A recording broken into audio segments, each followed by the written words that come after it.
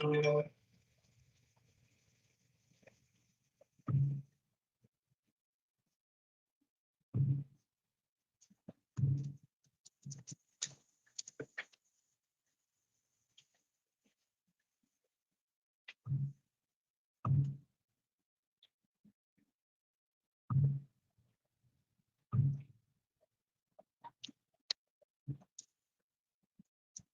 waiting for Joe to join.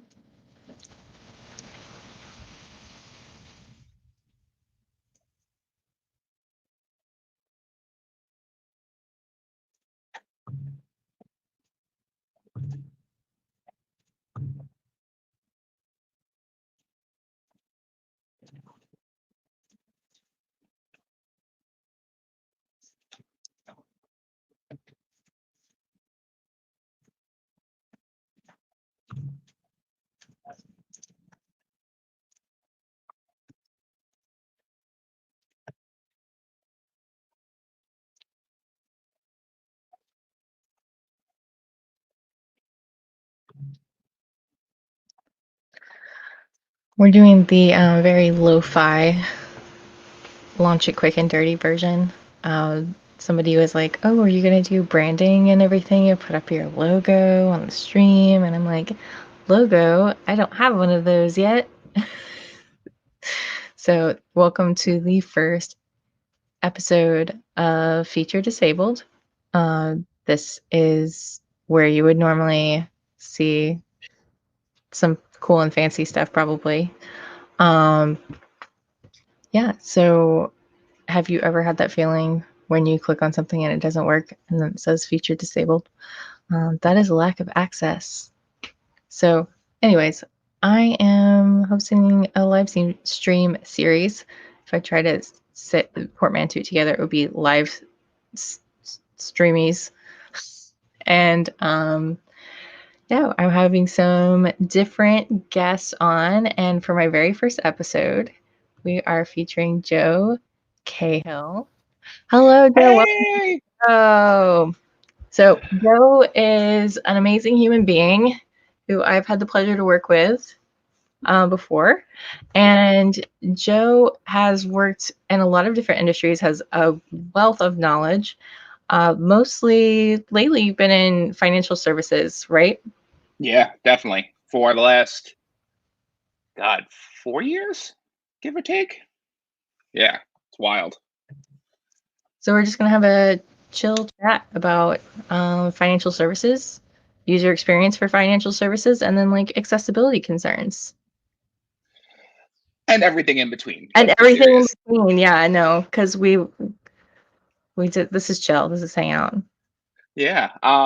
So minutes before we started, I was actually sitting outside because it's beautiful out, and I figured it'd be a great backdrop because it wasn't as like COVID-y as Right. somebody's house.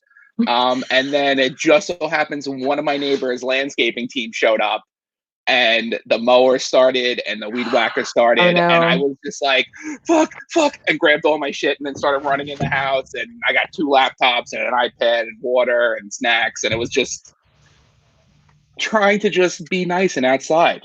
You Can't know, have nice things. we can't have nice things. Ugh, I can't even have a nice year, 2020. Thanks. Yeah.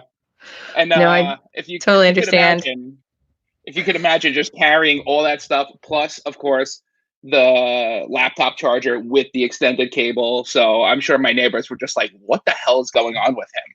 I'm Which, just to be fair, they just never ask questions anymore. totally impressed that you even could remember to carry everything in. I would just be like, you know what? I'm just sacrificing this to the outside. You have one conference call that you're on and your laptop dies in the middle and that thing never leaves your side.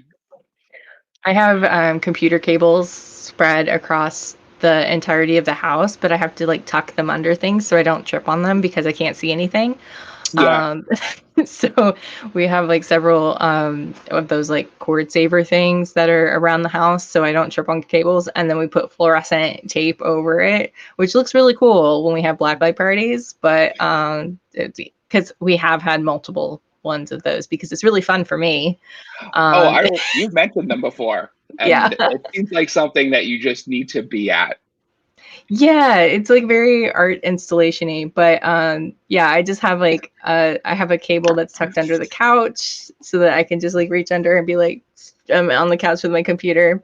So luckily I have now all of my work, like all the work computers that I've had over the last year and all of my personal computer and now the iPad, they're all the Yep, same charger. it is I'm like, finally. yes. Now This only if makes it the easy phone for can use me. the same charger, but we'll get there eventually. And USB-C. Yeah. You can't mess it up.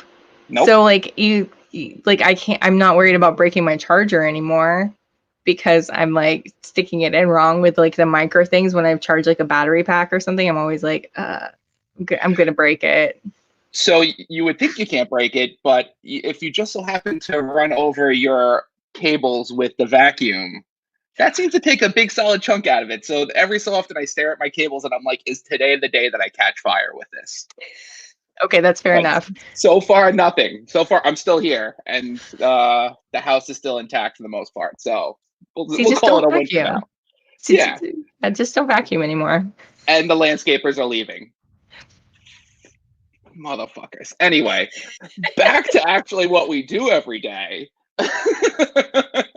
Yeah, I think that that's something that I've kind of been thinking about lately is like how complicated we make things to like charge and stuff like that because I got something the other day that had like a magnetic charger and then I have and I just got like one of those USB-C wand things because, you know, COVID, thank you.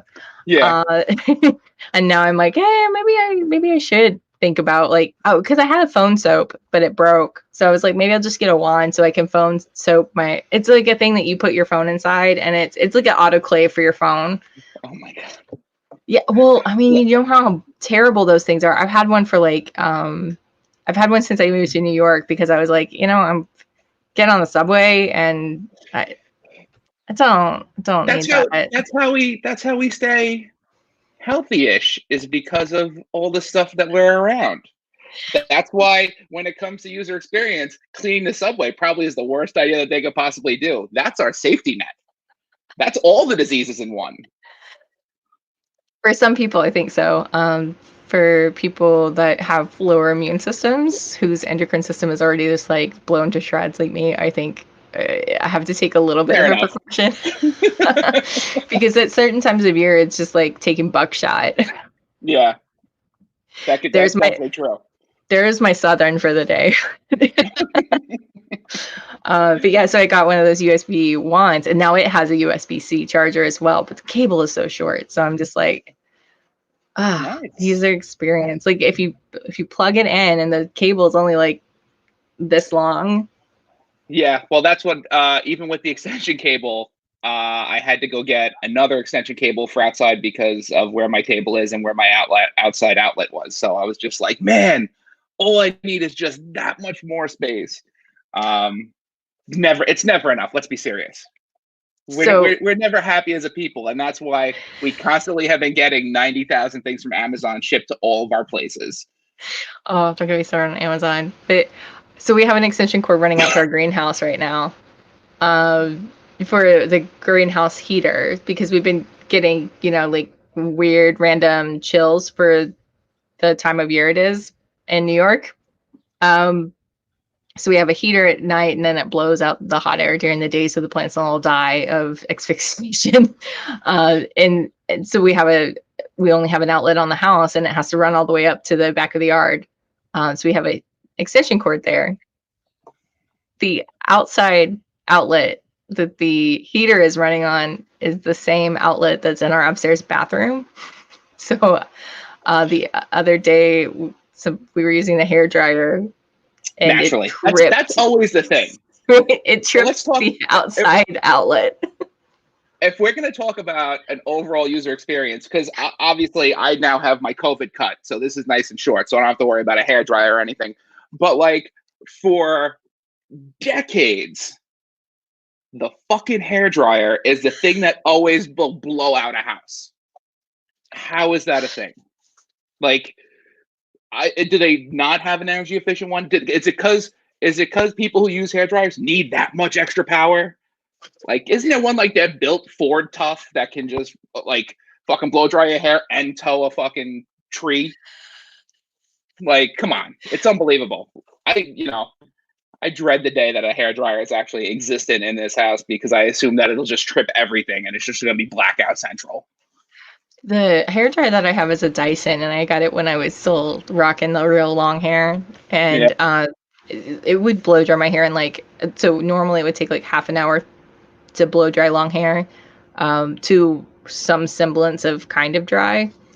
And when I cut my hair shorter and shorter and shorter, it'll blow dry in like 2 minutes. It's so great. But so it was definitely not maybe worth the amount of investment that I paid for it if I was going to just like keep it for the amount of time I normally keep a hair dryer.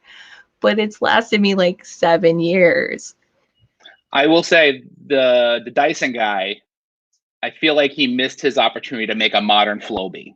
And for all the kids out there that don't know what a Flowbee is, that was a horrific hair dryer, vacuum hair cutting system from the mid 80s and early 90s. So essentially, exactly what you think, it would suck up your hair and cut it. I don't know why somebody thought this was a good idea. It may be because everybody had like that Dutch boy haircut and it was like long enough that that's what the Flowbee was used for. But it lasted quite a while. So the guy from Dyson, like, I know he's not watching this yet, but like maybe you should just make like an updated Flowbee. It costs like $850. It can cut any amount of hair that it wants, and it does it with the silence that Dyson's power has. Do you remember that Smart House Disney movie where the Smart Yes. House like falls in love with the family and then starts trying to like do everything for them and keeps them inside and won't let them out? I feel like that device fits in there. Yeah, I feel like we're not there yet with AI because I have a very love-hate relationship with the devices that will go unnamed because they will all go off at once. I asked to start my car because it's a feature that's built in. It says it can't find my car, which is just right outside. Asked it where my packages are, and it said it didn't know. How do you not know? Everything's delayed. Thanks. It gave me actually a COVID, which I'd never heard before. It gave me a like disclaimer before it told me that it didn't know where my packages were. Interesting. Due to COVID-19, all shipments have now been delayed, and we will get them to you as soon as possible. And I was like, "Are you just giving me excuses? Just tell me. Be straight up with me. Just say like, listen, you're not getting your coffee, and you're not getting whatever ridiculous closet system because you feel like you need a project and socks. Just tell me. Tell me I'm not getting them." The project thing is for real. That's why I have so many plants right now.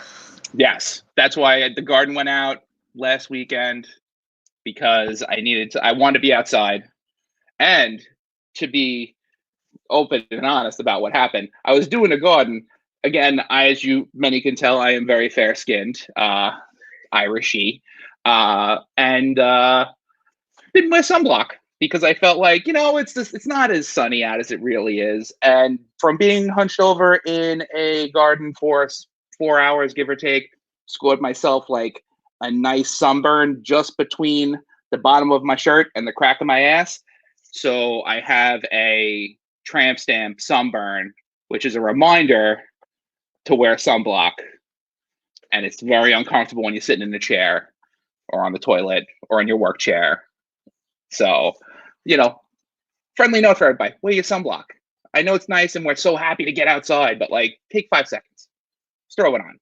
It's a good health reminder. Yeah, good health reminder. And like melanoma and all the bullshit that people tell you that you'll get from it. But regardless, you just don't want like you want to be uncomfortable. Yeah. So trying to pull us back on track, which Lord knows we will never do. Talking about like in the financial sector, because especially now with everything going on, people losing their jobs, people are freaking the fuck out. What are they gonna do with their money? Everybody's getting their checks. And like years ago, which it's actually comical, for to hear like these banks and these financial institutions decided like we're going to be tech companies and we're going to be fintech companies, and the people there are just like, but how?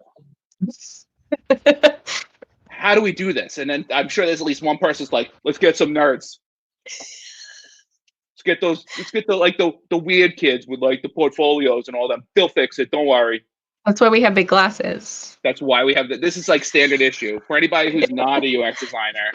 If you have perfect vision, not sure how that happened. Maybe you got LASIK, because this is like, and now people are wearing like the blue glasses because they think like it's going to help them with their headaches, staring at the screen. I'm sure not staring at a screen for like 9 hours straight would be the solution, but we're not going to do that. Do we have the same glasses almost? It's very similar. Maybe. Very similar. It's like standard issue. Right, exactly. Like, so what are you trying to pull off? Not Buddy Holly. Okay. Like modern sophisticated nerd. Okay. Are you a father? Also, no, I'm not somebody's dad. Oh, because we have a set of those as well. Those are a little thicker and a little darker. Every time I tell someone that I've had like multiple eye surgeries, they were like, "Oh, did you have LASIK?" And I'm like, no, that would be the easiest thing. Right. I'm like, there are other eye surgeries out there, if you can imagine. No such thing. Nothing happens to people's eyes except they go bad, and you need to get them fixed with a laser. Which also sounds like one of the, like when they first started doing LASIK, it sounded like the most futuristic shit that you can hear. Right. Like, so we're gonna use a laser and cut a layer of your eye open, and then you're just like, no, you're not. Like, we use a robot. Yeah. Take that money and build something I can use, like a lightsaber or like a ray gun. Like fucking people's eyes with that bullshit. Set LASIK to stun. Yeah, which is what they do. First, they paralyze your. This is why I haven't done it. I know people have gotten it, and to be fair, yes, we're going off track again. So, but they say they paralyze your eyes, and you're just staring ahead. But they tell you not to move. Mm-hmm. So you're telling my eyes are paralyzed, but not to move. Just paralyze the whole fucking thing. You don't let me drive home after anyway, so you might as well just put me to sleep and just cram open my eyes with your clockwork orange shit and then call it a day.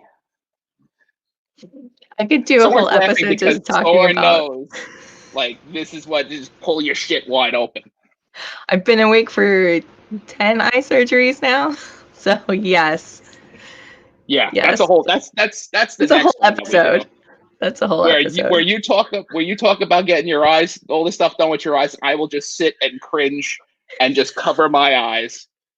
Like, it's like whenever you talk to me about this, it's like when you watch, like, for a man watching somebody get hit in the nuts and you feel it. Like, that every time you talk about your eyes, I'm just like, no.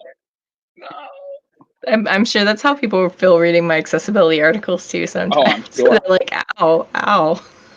Yeah. But so these finance guys decided that they need to get a bunch of people like us to come in and really start like taking control of their experience, and which, for people who know me, know that I say this a lot, like, we're advocates for what we do. We have to like teach people what's going on, and there's nothing more entertaining and fun than talking to somebody who has no idea about user experience and like explain it to them and tell them, like, these are who your people are, and these are who you're talking to, and this is your audience, and this is what their behaviors are. And again, for anybody who's been in a meeting with me knows that I use analogies like there's no fucking tomorrow. If I can relate any type of conversation to food or a movie theater or putting on shoes or like why you don't leave the house without underwear on, like anything that I could build into an analogy, I will do it. And it's because we have to make this information digestible. So then as they started getting it, and it's the coolest thing when like you hear one of them use what you said, but not like use it like they read it on a PowerPoint sheet and they're just going to use buzzwords, because we all met those people. They hear like they hear color contrast or usability testing once, or yeah, we should really build this as like a module or a component. And then all of a sudden that's the word that they use 1,000 times. And I'm like, but do you know what's going on? You're just saying it. But then you hear them like really, really like understand it and then say it and then like use it in like the correct context. It's almost like watching like people like learn new words, especially when they're like trying to learn a foreign language, or like for developers, like when you talk to designers that are learning how to code and they use like the tags correctly, you're just like, oh, you did it. And you just want to kind of tap them on the head and be like, no, but this is great. Like it sounds pandering and it sounds like I'm being a dick, but it's not, because like if you say something and they get it and they understand it and they enjoy it, like that's like a gateway drug for them to kind of listen to you more and like want to learn more, and then it helps you like hire more people and like say like, but like my team really, we need like a couple extra people because we need somebody to do research. Like you're getting research from me that's doing it like 10 or 15 minutes like in between meetings. We have a dedicated research person, like they're going to be so busy creating personas. Ooh, what's a persona? Oh, a persona is I feel like that's a part of your demographic. I feel like it's probably what like birds feel like when they see other, like they see baby birds starting to fly. Like it's not like a pandering sort of thing. It's like we're like doing something that we love, and we're passing it on to people that are coming along behind us. And I feel like since user experience is such an integral part of everything that we do now, like I was involved with this thread about like we're not finding hidden meanings in literature, and like this professor was talking about how his biggest job as a professor is getting his students out of that mindset that it's not like digging for a hidden meaning, it's applying a magnifying glass to the things that are already there, like the cultural context and like the author's personal backstory and just all these things that are already there in the text, but that you just don't have the scope to really look at as a child or even as like a high schooler, just like zoning in on that. And I feel like that's what UX is as well, is that like when you're looking at it through a different lens or a different magnification, that you're just not looking at it with a UX perspective, and we're teaching other people to use that perspective as well. And it's not like an inherently bad thing to not have that perspective already, but it's something that we can't escape now to be viable as a business and to be competitive, because everybody else is starting to do it. And also to just like be more globally minded and like humanitarian. Like we need to think about how we work in systems. And like I was talking to somebody about how banking is this industrial system that we have to work. It's a like almost a utility now. So we have to think about how that shows up in the world for people. And that's why it really is important for it. So yeah, that's my but it is it's so cool to watch, especially as you watch like brands evolve and like as finance evolves, and like they, like I said, like they're using this term fintech, and they feel like they're more tech companies than anything else because they're actually putting time and thought into what's going on. Yeah. And it's like they want their apps to be intuitive. And, I'm sure it also happens when like a Venmo pops up and they're taking a part of like, these people are just sending money back and forth to each other. Like, yeah, man. It's like made by just a guy and like maybe a couple of friends. And they're just like, and it's that influence, which it's, some of it's good. Some of its competition is never bad. I'm just going to go out and say that, because the banks have always competed with themselves on interest rates and all this other stuff, but now they're competing with themselves on like not just from a money aspect, but from a you aspect. Mm-hmm. And it's like, it's fucking cool because they're just like, every time I see updates, especially I have I'm not part of one of the big banks. I have a small credit union because, it's here and they have like insane fucking rates on everything. But like, they were like one of the first companies to pop on Apple Pay. And I was like, who the fuck decided there? And I'm like, and I actually ended up researching it and finding out like that, like they were already anticipating like launching with Apple Pay right away because they knew that this would be something that people would use. And I was like, holy shit. I'm like, that is some forward thinking, like from a small credit union. Well, not smallish, on like Long Island, which, and if anybody who doesn't know me, I'm from Long Island. The accent's usually a dead giveaway. Always wearing a med hat, always yelling incessantly. Bagels, coffee, the whole nine. So it's just like, it's that kind of like level of, and I guess when you're small like that, you can push these apps out quicker because you know that you don't have that 90 levels of bullshit that you have to go through. Like I couldn't imagine in the beginning of when like the mobile devices came out, I used the iPhone because that was like the one for like a lot of us. And it's also because Steve Jobs came out and just did the whole music, phone, email, camera, all in one. And you're just like, oh, but I had a Palm Trio at the time that did all that, but really bad. So, but it is like that. And that's where also these financial companies, like they get stuck in their own way a lot. And we know it's corporate. We know it goes on with a lot of big companies, but they have to really trust the people that are there. Trust the experts. You went and looked for our big rim glasses, carrying around a MacBook with stickers all over it, like people for a reason. And you went and looked for those devs for a reason. It's like we always have our finger on the pulse. We're always looking at what's going on around us. And, I say it all the time, like there's not one person, except for possibly people who don't use mobile devices, that aren't students of user experience, because we all download apps, we all go to websites, we all hate, like Facebook just did another huge overhaul of their UI, and it's like people, I haven't really noticed if anybody went up in arms yet, because I think people aren't really browsing it, or they haven't turned it on. But that's the thing, it's like we know what we don't, and sometimes you have to remind them of that. Like telling somebody who's like a senior VP, like, so what apps do you have on your phone? Or what don't you like about Outlook? And they go, oh, well, I don't like this, and this. I'm like, you could actually just swipe across and you can make it an archive and go, or mark it out as unread and go get it later? No. Yeah. I'm like, how do you normally swipe through? Oh, I just use it to delete. And I'm like, okay. But it's like those things that are like extra features, which they went through in the tutorial when they started that thing, that everybody blows past. And I still think tutorial design is one of the lost art forms, because I am notorious for it, and find out later, I'm like, oh, I could have done it like that. But, and it's like, they get it and they're understanding, and they're building better products for it. Like, I think that's also the key thing. Like some of the financial companies I've worked for and working with now, like they're really putting the idea of who they're talking to first. Mm-hmm.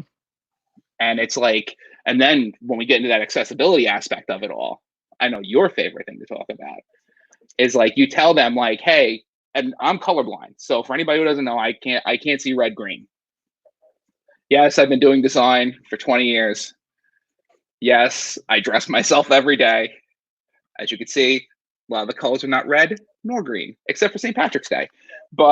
And that I know, because it always has like a clover on it, or it says my name, because whatever. But like, to tell somebody I can't see that, and they're just like, what do you mean you can't see that? I'm like, well, I can't tell the difference between those two grays. Like that text on that gray is very hard for me to read. And if I was just browsing a site casually, I would scroll right past it. Oh, well, that's not good. Sorry, no shit. You're like, well, one could say it's not good. Others can say we need to fix it. And they're like, oh no, we definitely need to fix it. What text is that anyway? Oh, it's all the legal terms. So I'm like, oh. So that's the stuff, like if I wanted to sue, yeah.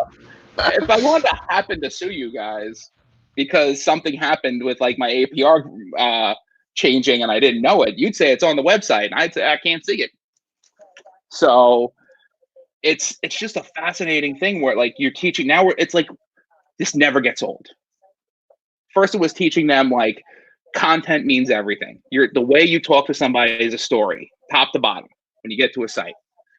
Then it's like, okay, so now we got to build experiences that feel like they're interactive. And then it's like, then it's a mixture of both. And then it's like, hey, guess what? We have to make it responsive. And then it's now we're telling them like, hey, there's going to be a sector of people that can't even understand what's going on. There's people who like these devices are made for everyone. So if they're blind, how are they going to browse the site? And I once watched Soren give a presentation on accessibility where everybody had headphones, and they browsed. They went to websites and browsed everything using a screen reader. And I didn't participate because I just wanted to sit back and watch, because that was so much more fascinating. And watching everybody on the struggle bus, or have them like go like, oh, this doesn't make sense. Why would somebody do that? Like, that's that level of empathy in our job. Like, we have to keep those people in mind, and we have to wonder what the fuck's going to happen to them. And like, we may never actually put on the headphones and close our eyes and try to browse a website, but it does help to try it. Like, it does help to understand the tools. Like, if you saw a bicycle every day and said you never wanted to learn how to ride it, that's one thing. But if you tried to ride it and you failed miserably, that doesn't mean you're not going to keep trying to go on it. And you gotta always keep everything in mind. Like, so in another life, I built products, like physical products, like bicycles, sports equipment, the whole fucking nine. So like the idea of, hey, this has to fit this many people between this range, or like for like especially baseball mitts and for stuff like that, like there's different hand sizes. So I feel like I'm totally misshapen when I talk about this. So I got big fat hands. So wearing gloves is not the easiest thing for me because I got big hands, but they're not technically, I don't have long fingers. When I ride a bike, I'm all torso, short legs. So it's like, and now everybody's got like this weird picture of me like this mutated creature with like short legs and just short, stubby little fingers, like a fuck caveman. But there's still a fit for me. Like, there's still options for me, and it's that level of detail that people put in the thought of like, who is this edge case? And in the financial realm, like, they're starting to really get it, because also the people who are, I'm going to use my generation, I'm in my late 30s, and that's what I'm sticking with. Like, we were born on the Nintendos, we were born on video games, we were born on like the idea that computer is good. And we're becoming that older generation where like that generation previously was just like, don't touch anything, it's gonna know everything about you. But let's be serious, they're listening. Probably at least tuned out by this time, which I hope we still have enough people here that's still tuned in. So what happened was, like, I know it's so somewhat fun saying that. It's just it's just there. Like, we got to keep that mindset. It's amazing that this older generation that's keeping out. And to be fair, the older generation is starting to adapt. Like, I think at some point, probably when like the last 10 years, they were just like, well, shit, I can't keep using this flip phone because I can't get service anywhere. But if my kids get me that fake iPhone with the enormous fucking buttons that literally just say like son, daughter, emergency, Chinese food, like, that's all it says on it. So that's all they need to know. And then of course they get on Facebook and then they just write letters to people in their messages like, hey honey, just wanted to see how you were doing, love grandma. And you're just like, oh, that's cute, she thinks it's a letter. But that's the thing, is like, they are starting to adapt to it, but they're not going to be the same type of intuitive design that we have, because we've been using this for so much longer. And then God knows what the fuck the kids are going to do. They're just going to be like, why doesn't this know me already? Yeah, and I think with banking, that's especially an issue because, like, going through, let's say, bill pay or something like that, it's not always intuitive because, like, on my particular banking institution, that you have to go through and like do like adding a payee, and it's not intuitive. It's just not intuitive. Like I went through there to add like a one-time payment for something because I don't carry around checks, and I needed to pay for like our farm share. And when I sent the check, it was like, how do I add this person? And then once I figured it out, they like asked for stuff that wasn't relevant. And it's like, if the field is optional and you leave it optional, like, Yes. do I need to fill it in? It's there's just all these questions where, you know, things aren't always intuitive. And then I think about people that aren't familiar with technology, and if I'm having trouble with it, and I grew up on technology, who else is having trouble with it, you know? I feel like they really tried to mimic that check experience, which for the kids in the room, a check was when you didn't want to use cash and you didn't have credit cards, you would fill out this little piece of paper, which was my hand, little piece of paper where you write somebody's name on it, who you're paying it to, and then it would take a couple of days to get there. So if you didn't have money and you wanted to like give your friend money that you like owed them for whatever reason, rent, groceries, you knew you had a couple of days. It's like a professional IOU. Yeah, it was like professional IOU. And then then it was like in grocery stores, old people would take like an hour to fill it out. How much is it? 125.36. And you had to write everything out also. So you had to write 125. Yeah. So another piece of dead technology that like we didn't need, and we tried to turn it into bill pay and to mimic that experience for the people that used it before. But now a lot of people don't use it. It's almost like going back to that idea of like sending money back and forth to somebody, just this is who I'm sending it to. I still honestly think sometimes bill pay is they are actually cutting checks. Yeah, no, they mail them. Yeah, and mailing them, which is fucking ridiculous because at that point, might as well just do it myself. I'm paying somebody to write checks. Like, that does actually make me feel like I'm doing something well in my life, that I'm like, I don't have to write them. I have a check writer. Somewhere inside a bank, there's some person who's stuffing envelopes. Well, if I don't have stamps, then I don't have to go get stamps, but I'm still supporting the postal service by paying for postage. So I feel a little bit good about that. Making sure the post office stays afloat. I mean, even if they don't always deliver my packages to my door, I still want to support them.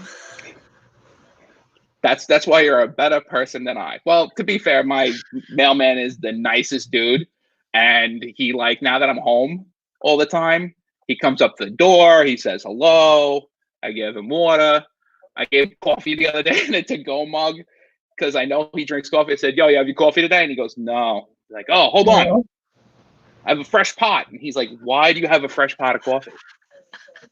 Because you drink coffee all day. Yeah, I'm like, because it's 12 o'clock in the afternoon and I already went through one.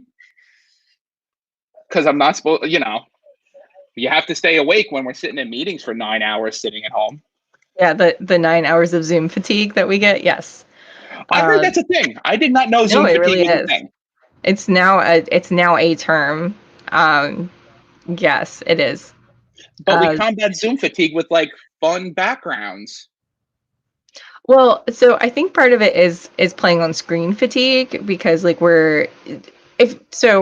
if you and I sit down in a coffee shop and we're having a conversation, there's less attention that we have to pay to each other's body language and waiting for lag and get kind of like overlap that happens in Zoom or like video conferencing. I think it's just more mindful than having an in-person conversation, is what I've experienced. As moving to remote, it's a little more intentional.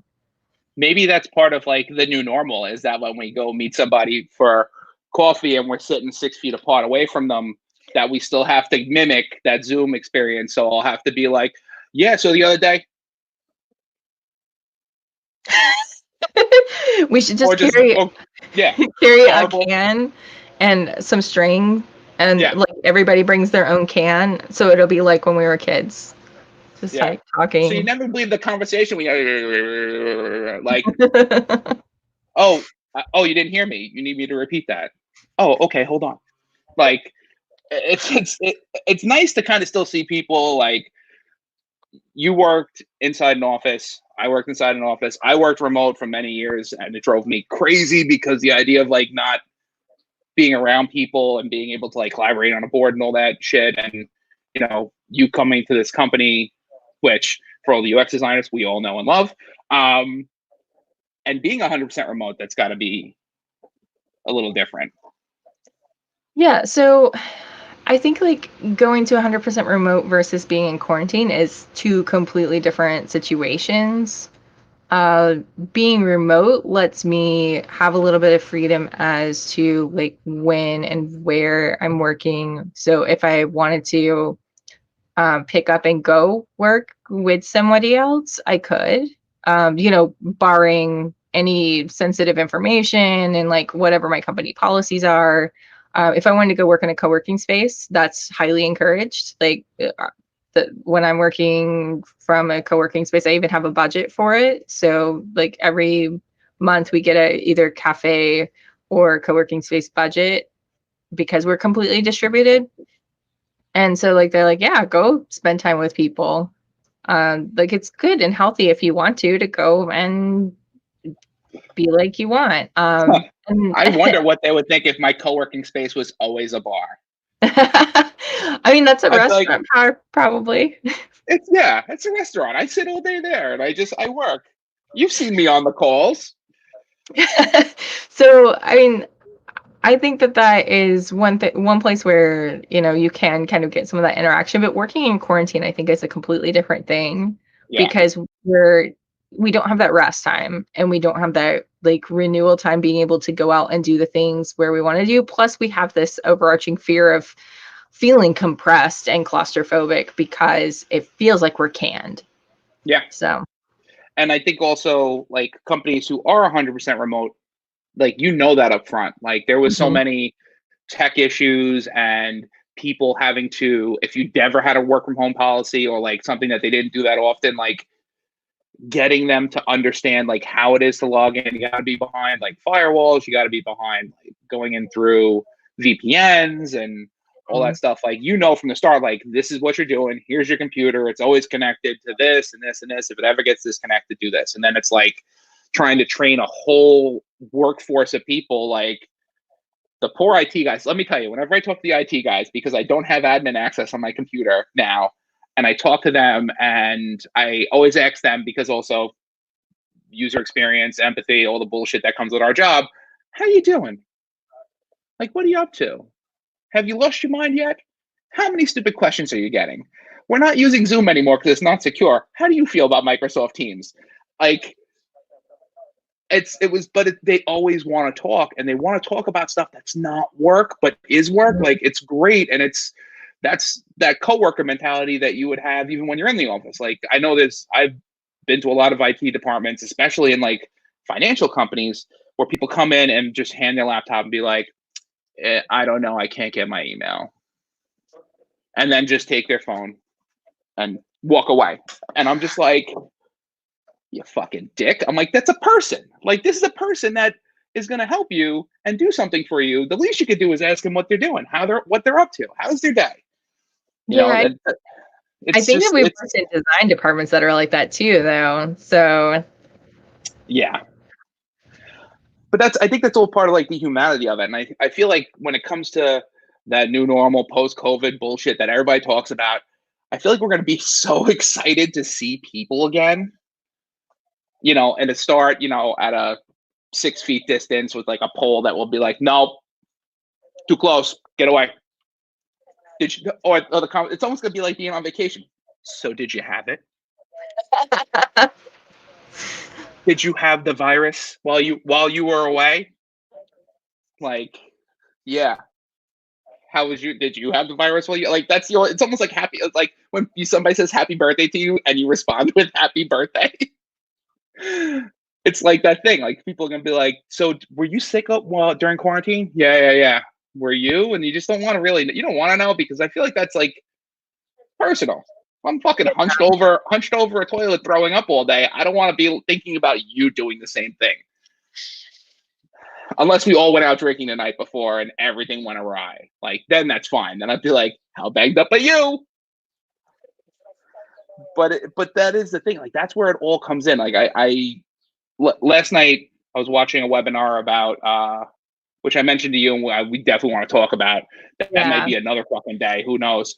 but it's about, we were talking about bringing kids in, and you actually mentioned it earlier, like educating kids younger on things like user experience and design. And it's almost like our curriculums, like it's always good to know like the shit that you know in school, like reading, writing, arithmetic, fucking, pottery, uh but letting them know about all this tech that's available. Like there's a reason why like there's certain schools and there's certain teachers that really excel. It's because they're always learning about what's going on in the world and like really pushing the envelope. And I think it's during this talk, they were talking a lot about that, but they did obviously a whole fucking thing about COVID and being quarantined and all this shit. And people are saying all their view. But one thing I was thinking about, I'm like, I'm just going to be so happy to be around people. Like anybody who worked with me at IBM knows we would have like a monthly meeting and we all worked remote. So the second we were in a room together, it was like puppies in like a cage. Like when you drop a new puppy, it's all excitement. It's like you're just happy to see another human being. You're just like, tell me what's going on. How's your baby? What are you doing? How's the house? Did you go exercise today? How's your commute? Because that's something we're never used to doing anymore. Like, tell me what's going on in your life. And being next to somebody and collaborating with them. And it was such a fun experience. It fucking amped us up every time we wanted to go in, that like now I feel like we're going to have that moment. Like last night we were talking in Slack and yada, yada, yada. And we're just like, I wish we can go for a drink. Like, it's such a weird little thing to worry about. Like, it's like, and it's that level of camaraderie and it's that level of being around people. And I feel like that's what we're going to come back to, is we're going to come back to like enjoying the human beings that are around us at a safe distance. And then like after a couple of months of dealing with this bullshit, we're going to be like, oh, fuck, why can't we go back home? I think if I have to hear her talk about why these buttons are not the right size one more time, I'm going to fucking punch somebody. Yeah, I think they're definitely going to have some appreciations for what we've been missing out on. But I also don't think that things are going to go back to normal, at least not immediately. Oh, no. Or we're not going to have, it's going to be like, as you said, the new normal. I hate that fucking term. You have no idea. Yeah, I know. It's like the single source of truth. Yeah, single source of truth. Oh, God. Soren, I can't wait for us to circle back around that later. We'll circle back around that later. But it's like, it is like, and it was like every week there was a new normal. Mm-hmm. If every week there's a new normal, it's not normal. So people do, but that's just a key phrase that you get to hear over and over again. But yeah, so there's and I love that you're doing this series, and I know accessibility is a big part of it. And I think that at some point, we touched on it a little bit, but there's so much more. And I think it's also teaching people about accessibility, but not just those higher ups and those fuckheads that like don't like understand anything that we do, but it's almost the people who are by our sides that are like some of the like more visual people, some of the developers, some of the product owners, like all those people, and like giving them like these little dabs of insight on what's going on, and having them like open up their minds to say like, this is something we need to really go after. And it's like, you start with color, then you go to screen readers, you go to mobile devices, and Lord knows haptic feedback is on the table. Like when it comes to building stuff for like especially for wearables. Yes, yeah. I was so excited about wearables. Pairing wearables with like voice and stuff like that. I think I would be more excited about voice if it worked better for me, to be honest. But I do think that as we get better security and better voice AI, that yes, we're going to get better integrations with financial too, because that would be something that would be just entirely huge. Also, just getting over like some of the weird permissions and around tech, like. So I have like a Google account for like G Suites that I use my own personal domain on. So you can like email me at myname@mydomain.com. And I have like a bunch of email addresses and a bunch of domains tied to the same inbox, and that's just like how I've kept my mail this like in the same inbox for years. Just like if I change my domain, then how many unread emails do you have in your I don't want to talk about it. I don't want to talk about it. I don't know, and I don't want to talk about it. It's in the thousands. I almost as much money as I make, maybe. I don't know. But the point is, I can't use Google Assistant with or Google Home with my email address, and I'm like, honestly, Google, I pay you money to use your service. Why can I use a free Gmail account and not the premium Gmail account? Because I like need the premium one so I can have enough space to keep all my like freelancing junk and all my like work samples and all my Procreate brushes. Hello. Such a designer way of saying, I need all this space for all this stuff. Yes, I need my digital stuff. Yeah, because we hoard it too. Yeah, I'm never getting rid of any of those Photoshop mock-ups. I'm sorry. I still have Photoshop Action saved somewhere from like Photoshop CS5 that I can't get rid of for some reason. I have like bevel and emboss filters that I'm not sure, maybe it's going to make a comeback. I don't know. Neon's back, so maybe like we'll just over bevel everything again. Yeah, no, I had like a conversation with myself. Do I want to pay more money for a bigger like iCloud drive, or do I really want to go through this and just dump shit? And I was like going through and I'm like, I maybe dumped half a gig, maybe 750 megs, and I felt like I accomplished something enormous. And then I uploaded 2 pictures, and then all of a sudden it went back to saying I ran out of space again. You're like, what's my time worth to me? Is it worth another like $3 a month?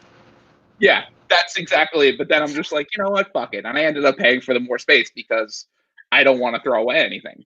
Like this is where it almost like I'm still not sure how I am not a hoarder in my real life, because I still have design work from like the early 2000s that look horrendous, by the way, compared to what we're doing now. And I don't know how I just am like, you know what? I have enough pudding here. I'm gonna throw away these old packets. Like I feel like there should just be a whole stockpile of shit somewhere. It maybe is here and I just haven't seen it yet. Maybe I threw everything in like a closet somewhere and I'm just gonna open up this door and be like, oh, I always thought this was another room, and it's just tons of storage. We just digitized it all. I just did, yeah. That's what I'm trying. I'm like, how do I go back and like digitize everything?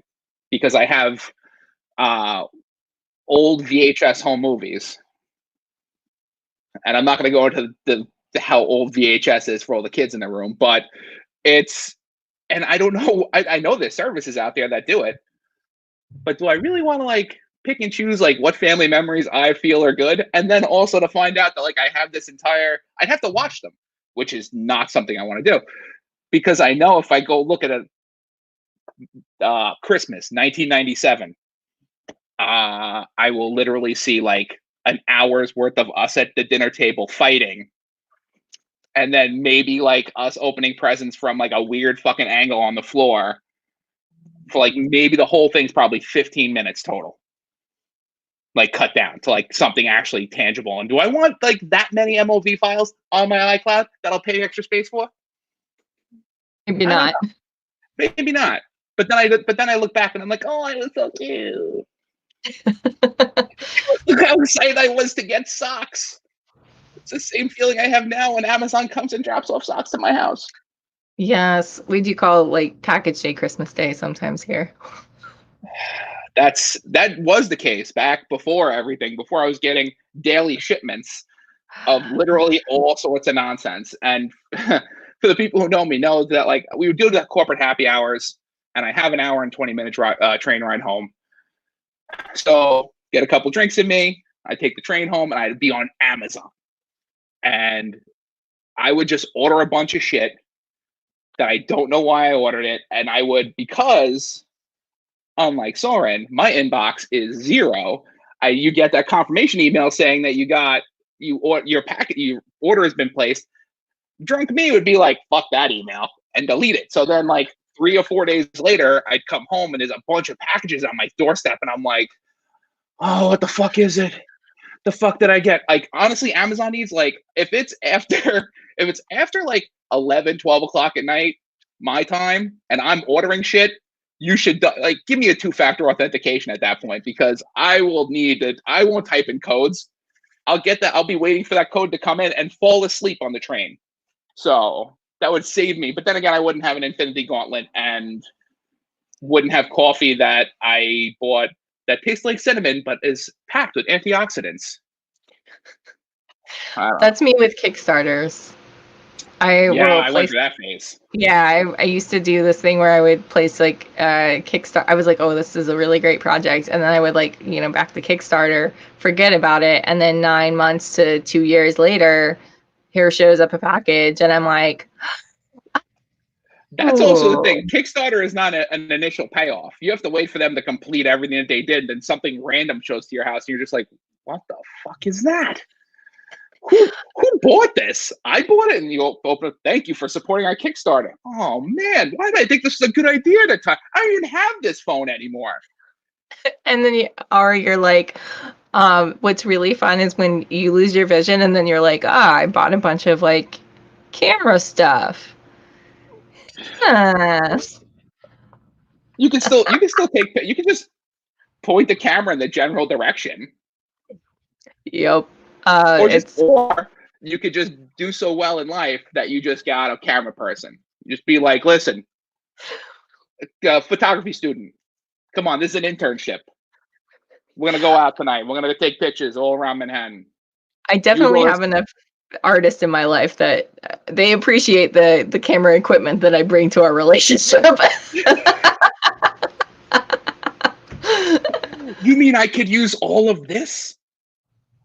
Yeah, no, I'm not. It stays here, like it's mine, but like you could use it. It's like when you're a kid and like sharing toys with one of your friends. Then you like kind of have to have that weird conversation and be like, listen, so I need that G.I. Joe back. And it was like, and when you're a kid and you have that conversation, it's almost like you have to give a valid reason. Like, so I have this mission that I have planned, and I really need the deep sea diver because it's going to be an underwater thing. I need him back. I'm sorry. I'm sure your mission's going very well. And I need him back really by bath time. Going down. Yeah. I just, if we could get it back by like the end of the day, maybe after lunch, we'll be set to go. And to be fair, yes, little version of me sounded exactly like this with the hand gestures and everything. I would talk to my friends just like that. Like, listen, TJ, like, I really need Skeletor back. Like, He-Man's really doing good, battling all the other fuckheads that I got here. Like, they're all doing like a semi-okay job. But they really need their leader. Like, they're really lost without him. But one of the things you brought up, which is the bigger, on top of accessibility and on top of design and everything else we do with financial stuff, is the compliance layer, because there's always that level of authority that makes sure that like, I can't believe I actually just pulled this back, by the way. Because you mentioned it and it sat in the back of my head and I'm like, we got to talk about compliance, because that just drives me nuts. Because especially when you're trying to be creative and you're trying to do cool stuff, and the biggest part of this whole trend change is being human. Like, we got to be human. Like, you can't, like, all the ads that are out now and all the ads that are successful, like going back to those Budweiser, Clydesdale ads where you had the puppy running with the dog, and as the dog gets older, like, you're just sitting there and you're watching it on the Super Bowl and you're just hysterical crying because you're like, but the dog loved the horse, and the dog ran away and the horse went and looked for him. And it's like, but that's a level of humanity that like these banks are trying to get. And then you're trying to say like, listen, from like a B2B standpoint, like we got your back. We will support you. We will give you the tools. And like, we want to make sure that your success is our success. And then compliance comes in and says, well, you can't say that. So what can we say? You can't use the terms best, want, or need. So We do good. Nope, can't say good either. I'm sorry. Good is like a level of description on our quality. We bank. Have you ever watched Better Off Ted? No. You would really, I think, love Better Off Ted. Unfortunately, it got canceled, but it's about this guy that works in R&D, which is basically just user experience for junk. Yes. So he works in R&D, creating stuff and testing stuff with scientists and also like product people for Viridian Dynamics, and all of their commercials have the best stock video you've ever seen. Oh, I love And it. they all have those kinds of slogans like, we do stuff so Yeah. you can do stuff. Yeah. It's mind Perfect. numbing because it's like, but you want, especially from like a design point of view, like you want to have big bold text that says something, and like doing a content strategy and copywriters, and watching a poor copywriter go through the motions of writing this beautiful headline or writing this engaging copy for something that is not engaging, and then somebody comes in with like their, like almost like a clipboard. I love that like imagery of like a clipboard, like being, well, I'm sorry, you can't say this. And I'm like, well, how can we say it? If we want to say this, can we say? And this is my favorite trick, and it never works. I will pitch it till the day's gone, and I always get turned down.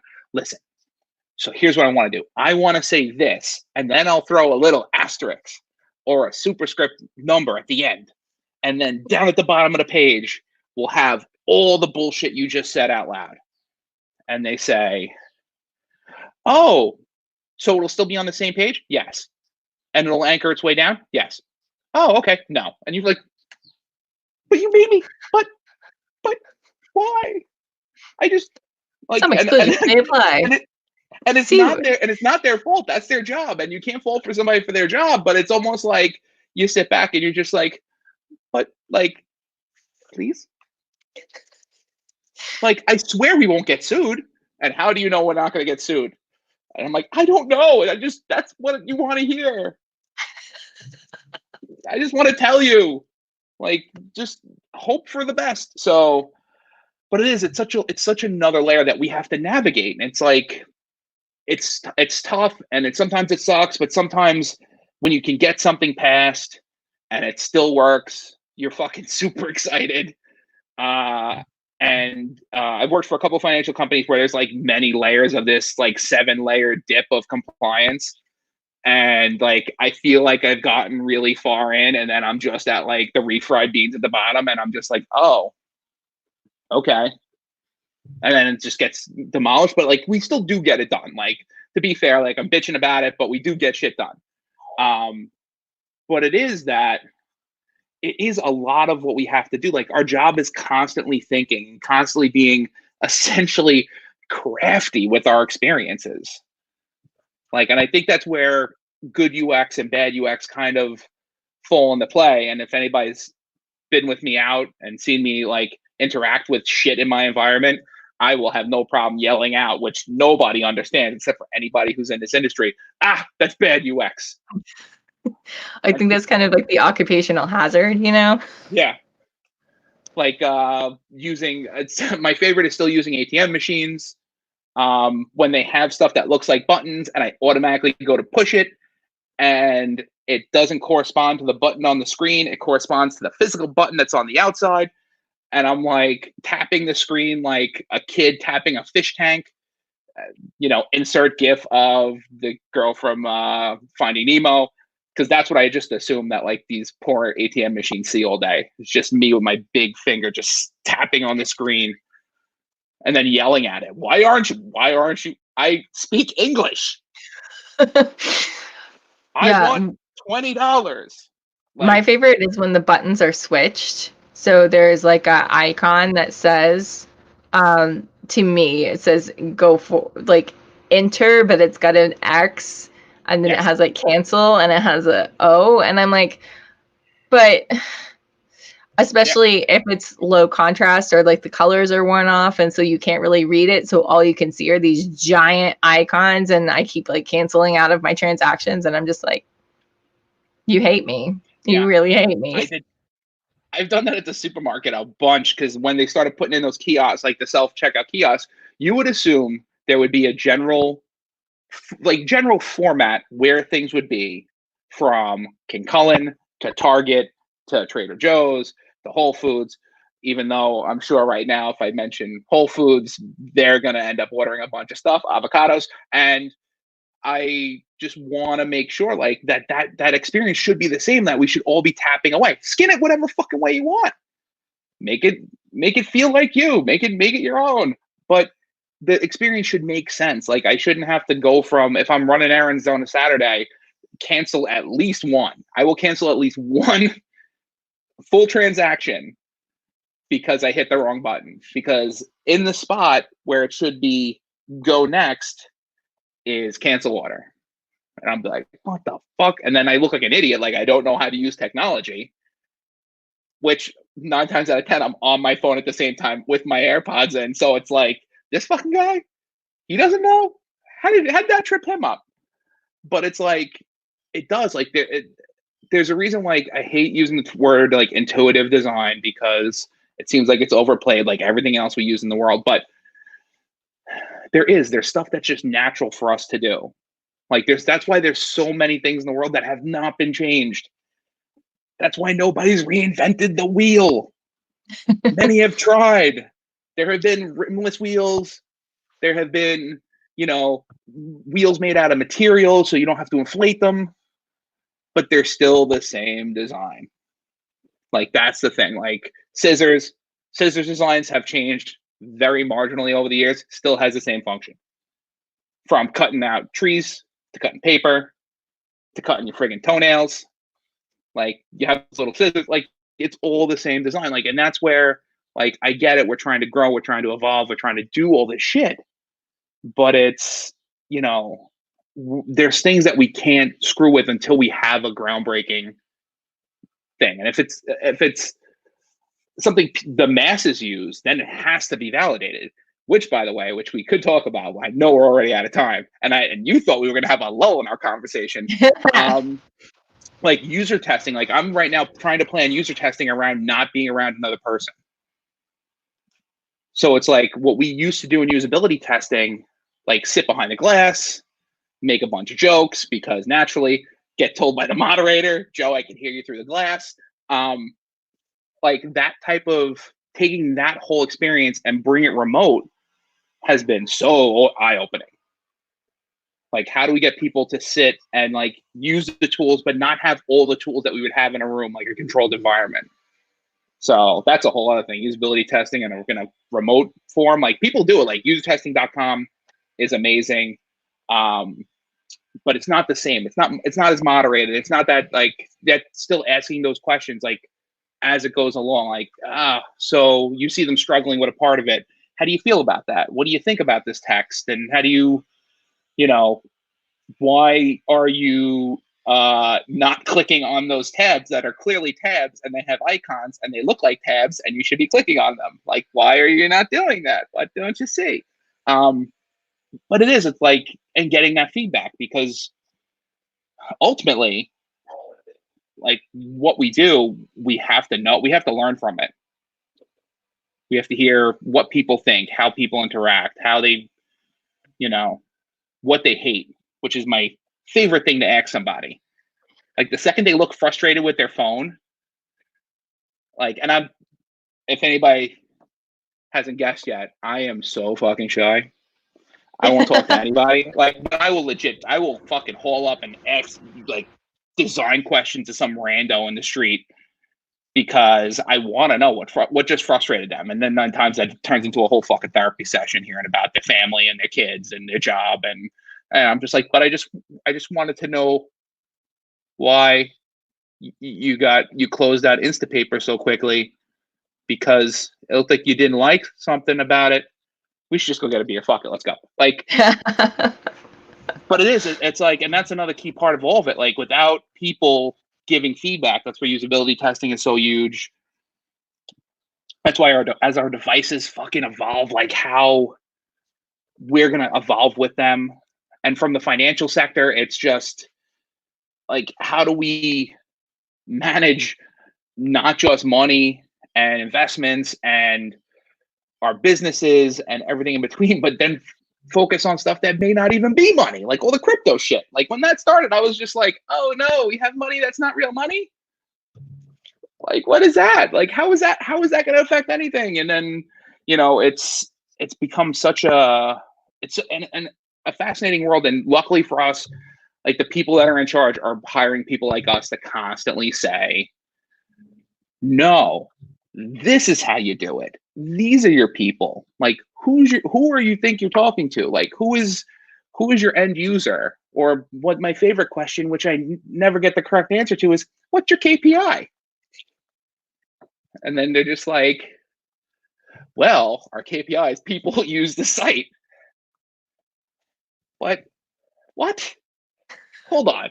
Could somebody just go to Wikipedia and pull that up for him, please? Like, but it is, and it's just that understanding of like what we're trying to accomplish. And I think that's with everything, even with everything going on now, how we're going to accomplish our everyday work, how we're going to accomplish our everyday life. Like people who are scared shitless of going to the supermarket, like how are we going to make sure that when they use Instacart or they use, a delivery system, like that this is going to feel that they're going to feel comfortable with it. And, also with the messaging, give them that feeling that like, we're not just going to pull random shit off a shelf for you. Like we are going to make sure you are not going to give you rotted out lettuce, because that's my biggest fear about it. That's why I still to this day will I'll go to the supermarket myself, mask up, gloves up.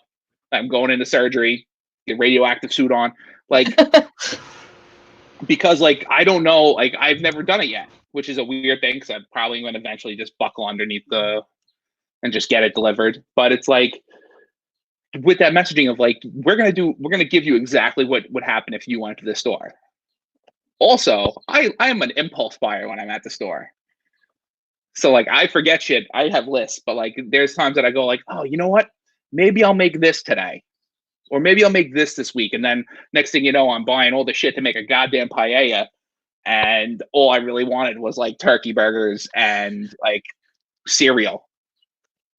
And then like gluten-free oatmeal, which I bought at bulk on Amazon and didn't know until it showed up. Delicious. Absolutely delicious. But that's me being healthy. But yeah, that's where we always have to keep evolving to, is like where we're going to go. And I think that's people's mindset needs to change. Like I think at this point, people want to go back to work because they hate being home. Well, I'd say hate being home, but they like the variety that their day brings. I'm not going to lie. Like the first day that I'm on that Long Island Railroad going to work, all the people that I got used to seeing every day, if they're not there with me, I'm going to be super bummed, because I know every person that's on the same train that I go on, and I don't never talk to them, believe it or not, here and there. I am going to say hello. I'm going to say, how was your fucking quarantine? And I'm going to say it from about 6 feet away, give or take. Because like, it's where we got to be. Like it's people are our business. And it's where we all need to kind of really think about.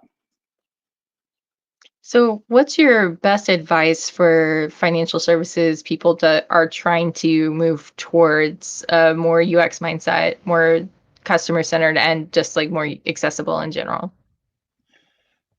Who else likes that? Soren decided that there's an official question somewhere in the mix here. Yeah, official question. Well, here at the end, I just want to like, you have such a wealth of information, and we can talk about like what's wrong with the industry until both of us are blue as your shirt. But I feel like I want to start making changes. I'm very naive, apparently, because I want to change the world.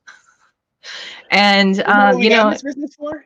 Yeah, exactly. That's what my art degree is for, right? Changing the world. That's what. Yeah. So, I've decided I want to change the world. And so that's what that's what this is about, is that I can sit around and say, this isn't good, and just, I don't, I I like the idea of a good critique where you don't only bring problems, you bring solutions. So that's what I wanted Yes. to round it out on. It's just like, what's the best advice for somebody that's in financial services? They look around, they say, I see these things, and what can I do to fix them? So as you're saying that, I don't even know if this analogy is going to work. So it's always about listening to the people that you are catering to.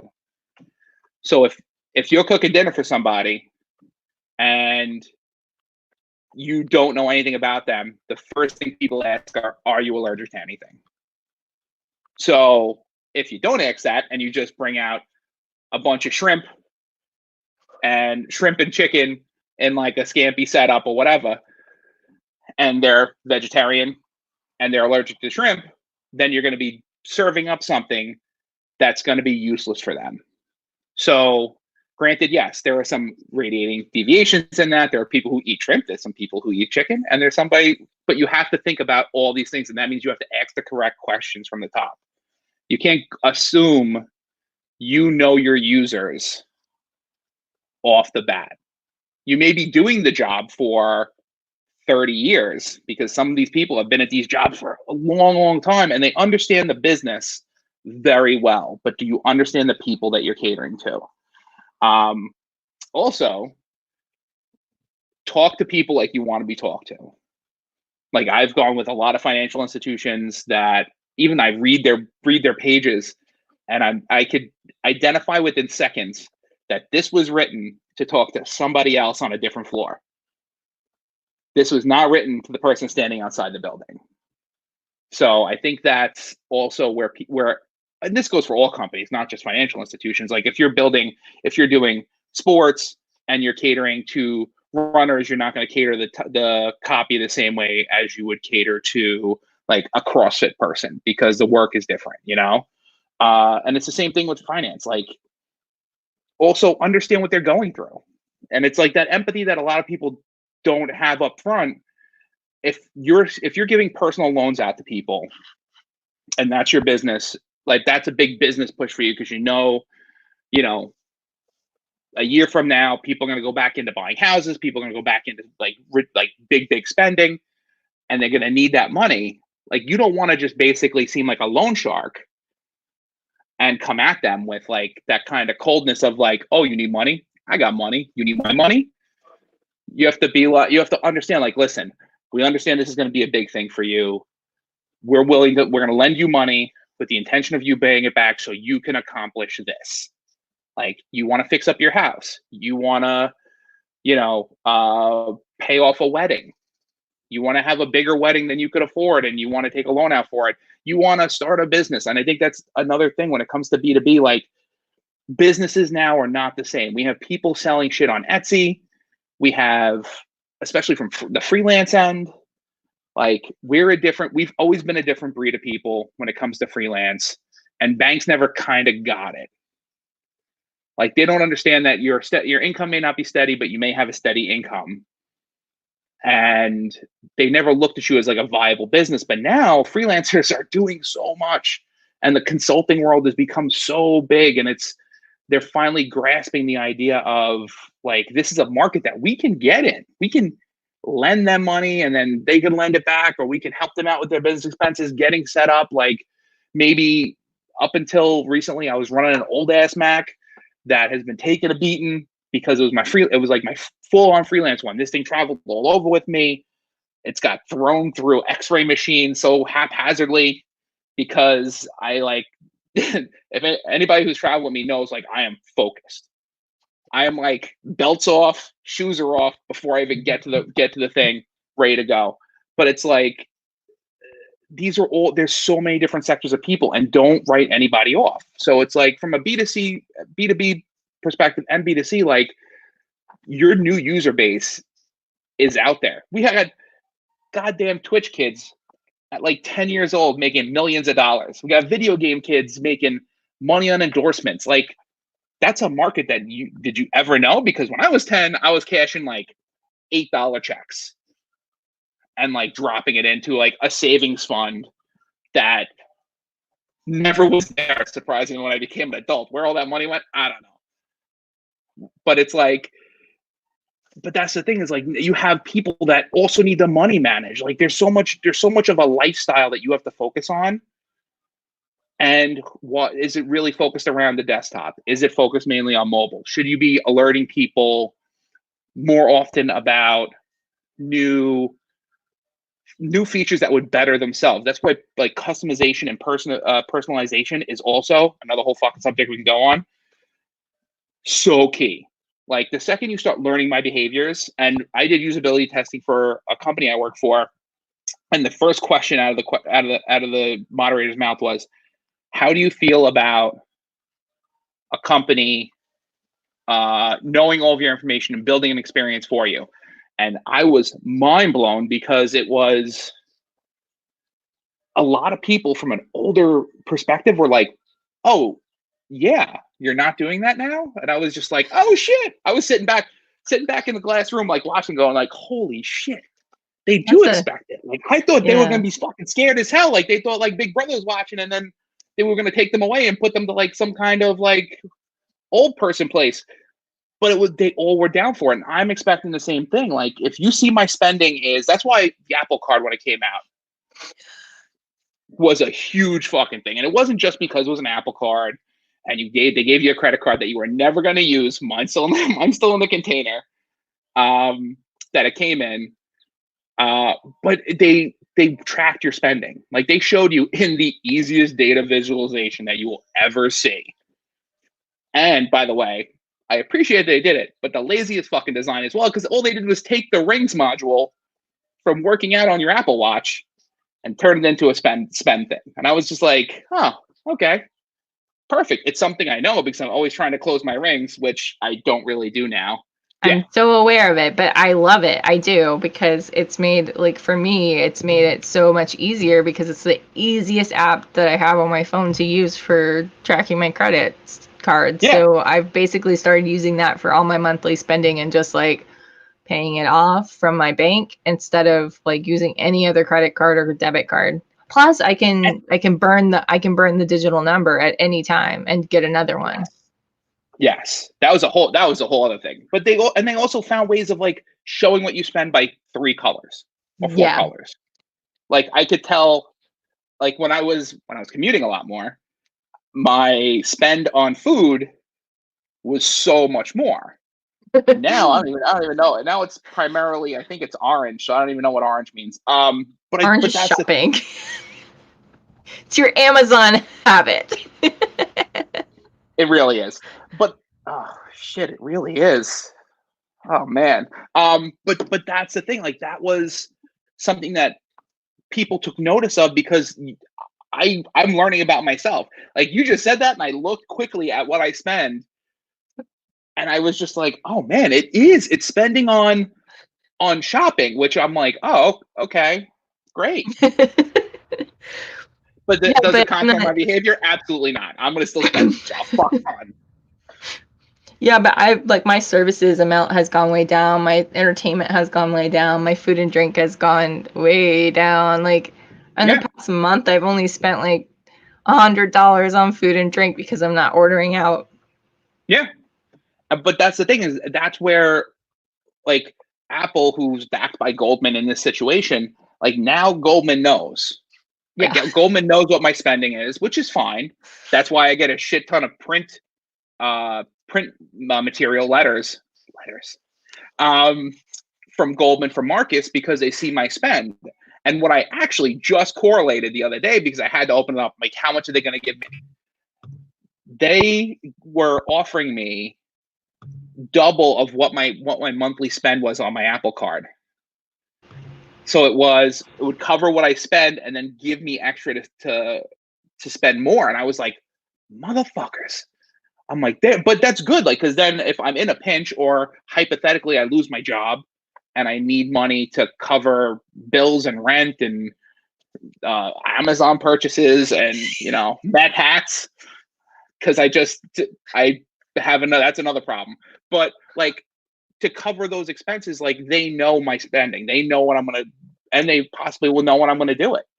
Mm-hmm. Like during the summer, like a normal summer, this is travel time. This is when we have barbecues. This is when we go out and do things. Like they would know that my spending habits during the summer is going to hit them damn wineries out on the east end of Long Island, or my purchasing of spike seltzers go up because you know it's getting warmer, and that's what we're gonna do. So from a financial standpoint, just always listen to your users and start catering services to them, because you never know what's going to hit at the right point. And especially as you customize and learn, like maybe you see people checking out catering halls more, maybe you see them coming up with a life event. You build all this data because we all know they got it. Yeah, I'm pretty sure at any point during the day, I can get an email that'll probably be like my top things that I'd buy. There's some interesting data that I saw recently on like by generation, what people have expectations about privacy.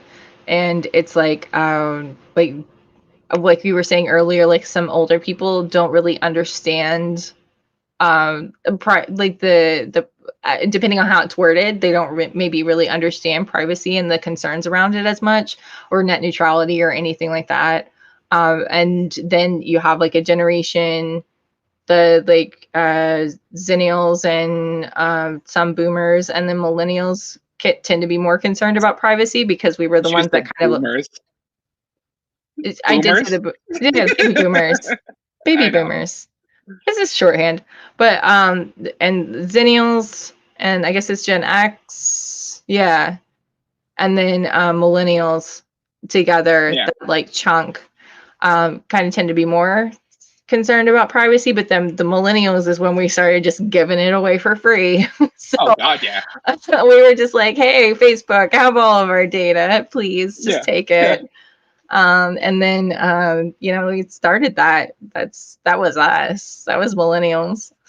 And Yeah. then Well, it's even now the high I school students that my partner teaches are like, privacy, I don't have any expectation of privacy, basically. And it's scary that Gen Z is like, I don't know what privacy really means, and I don't know how to expect it. And in some ways, I guess it's good because they expect that everything that goes on a phone, goes in a cloud, can be leaked, because they understand then that like there's no expectation that any photo that you take is going to stay private, yeah. which is good in one sense, but then like they've grown up with no privacy at all, ever. And not only have they grown up with no privacy, they are out there trying to generate as much content and get as many people to look at them as possible, which is like the going well beyond even thinking privacy is a thing. Mm-hmm. Like you're going out, you want to get people from across the country, across the world looking at you and wanting to know what you want to do and being an influencer. And like you're literally putting your entire, like, is the only thing that's possibly yours is your social security number, if that That's not even yours. exists. uh your like blood type, but then again you might be posting that you're at a blood drive one day and that'll be just on the bag. So like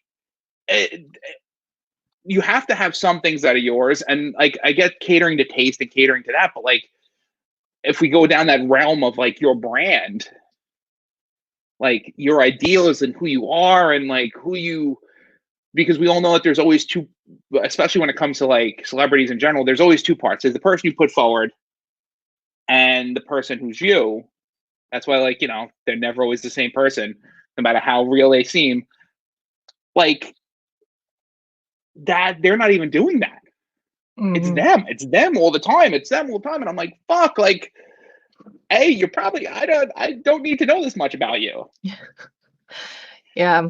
I think that as we like move into like the more banking area, that we're going to see things like, there's an episode of Futurama where they have the iPhones that are installed in their eyes, and then they start getting Yes. ads all the time. I think that that's just going to become more and more pervasive like that, where we just start getting more and more targeted advertisements that are tied to our spending habits. And to be honest, sometimes I'm like, hey, that's really helpful, because obviously if it's based on my spending habits and what I already like, I'm getting something that I basically asked for. But then as Yep. a designer, it brings up the ethical implications of, like, as a designer, when I make things that store data, like, am I participating in something that's not like 100% ethical because I'm like pushing things on people in some way, because like down the line it's selling them something, or it's like it's not entirely consensual, you know? It's just kind of like this really gray area. So yeah, it brings up a lot of questions. Tell me more about these things called ethics. Yes, ethics. Yeah, That's the thing. These are all great conversations that we have to have, because sometimes we do our job for a paycheck, and even though we're always looking after that user, and we're trying to really advocate for what's best for them, there's always that little bit in the back of our head that it's like, am I just fucking people over? Like, am I setting people up for something that they can't handle? Like, back in the day, I used to work at like a local carnival place here on Long Island, eventually, and I would sit in the game booths, and I would basically be a carny. Yes, I know, whatever. So my job was to generate cash. My job was to get people to pay for these games that are clearly rigged. You have to be amazing to get these things right, but like, there are times that you see a kid and you're like, he has like $5 in his hand, and I could easily take that $5 from him, from just challenging him and being charismatic and playing to who he is. But like, maybe that motherfucker wants ice cream, and I'm taking his ice cream money. Like, and I was 14, 15, sitting back, and I'd be like, I talk to the people at the game and like see what their deal was, and see like what they were like, if they wanted to really play. But like, there were other people that were like straight up pushing, being like, you need to play this game. Like, this is going to be the most fun, even though we all know it's frustrating as hell. But it's like, and it's in the back of your head, like, do you really want to do that to somebody? Do you want to take money for somebody just for the sake of taking money? Or do you want to actually give them a good time? And I think that's even with our work, like, we want to have people enjoy what they're doing. And like, when it comes to business side and banking and all that stuff, like, it's not about having fun, but it's about not frustrating them. Mm-hmm. And I think that's where, like, we have to have ethics, without a doubt. Like, if you're doing what you love, you're always going to enjoy it. You're always going to get paid for it. But like, you do have to have a conscience. And if we don't have a creative conscience, then that's a whole other thing. Then that's between us and our therapists. But Yeah. like, it's true. Yeah, I feel like there's definitely a line where, we do have to keep in mind that, like,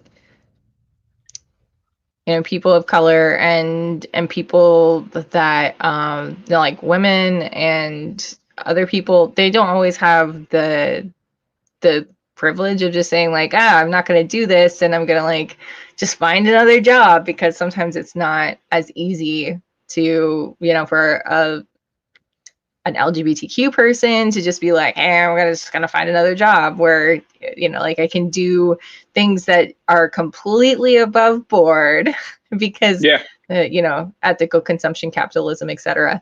But I think that, if we as a industry, who we're still so new as an industry, we start having these conversations and talking about access and talking about ethics and talking about how we want to be as an industry, that we can start coming to kind of a consensus and influencing the way that other departments and businesses interact with us. Yeah. And you touched on hiring is just an entirely other thing. Like, Oh yeah. for forever, like, I've always hired people that I love their portfolio, I love their personality, I love who they are as people. And then I may have had to go to like a higher up to get approval, because maybe I need to like flex the pay or whatever. And sometimes they just wanted to see who I was hiring. And there've been a couple instances where they would go online and like look up who the person is. So I'd be like, oh, all right, like that makes sense, but like all their shit's here. You don't really have to look it up. And then I get like, oh, she's pretty. And I'll be like, what? And for me, it just actually, it was like one of those things that I'm just like, what the fuck does that have to do with anything? For It's like starters, saying you have a hot we're not even going to therapist or deal with that. something. Yeah, I'm like Yeah. we didn't even look at the resume, didn't look at the book, didn't, and I still refer to portfolios as books because I'm old as fuck. But like, it's that there's such a quality of who a person is that makes so much more. Like, I would rather work with people that I love being around, and much like you, much like probably some of them, if they're still bothering listening to me, like they know I love them. They know that they were hired for a reason because I knew that they were going to kick fucking ass. They were going to learn a bunch, and they were going to be people that I want to be around.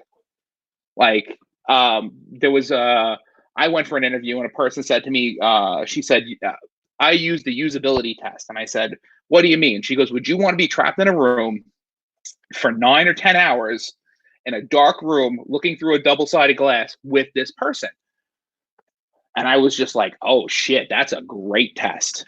Because honestly, I'm fun as fuck when it's there. Because I'm just joking around, I'm talking, and we think and we talk with bad ideas around and all this stuff. But it's such a real thing. Like, if you had to be trapped in a room with somebody for that long and you had to talk to them, like, would you rather deal with somebody that you can have a conversation with and be creative with or joke around with versus somebody that you'd be like, oh my God, I can't believe they don't get that. And they're just sitting there on their laptop. What? Yeah, Never mind. that's actually a really great point because I think that sometimes when I've gone for interviews and stuff and people are like really cordial and nice, but you don't like exactly click with them, but then you're like, oh, but I can work with people. I'm a professional. And then you get to know what they're like in the office, and they're like really sometimes almost like kind of antagonizing, or like it's not that they're not nice, it's just that they're like they're still nice, but it's just like they're not collaborative, or like Yeah. they're like, hey, I've got this idea, but I want to see if you have the same idea, so come up with ideas and see if you can do it my way. And it's just like, And that's what but am I that's with even any here for? and that's like with any job. Like, it's even if it's the most menial task, even if it's like trying to find an intern or you're trying to find like an entry level person, like you should never look at them as task people. Like, Mm. they're gonna go in and complete tasks, but like you need to know that, and they need to know that there's a path forward for them. There is a future with them, and there's an education that's going to come with it. And it's so unfortunate, especially when it comes to, like you said, like you could interview with somebody and they seem great and you really really click, and from both sides, from being the person who hires them and being the hiree.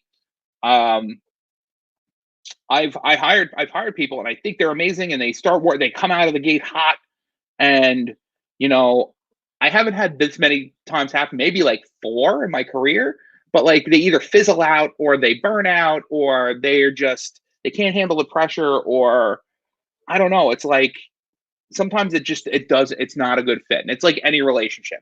You could date somebody for 5 days, 5 years, five fucking 50 years. If it works, it works. Like, 2 of my best friends I've hired way back when, and they're like my sisters. And there's almost a point that I forgot that we worked together because we've been together for that long. Like, I think it's been 2002, so it's almost 18 years.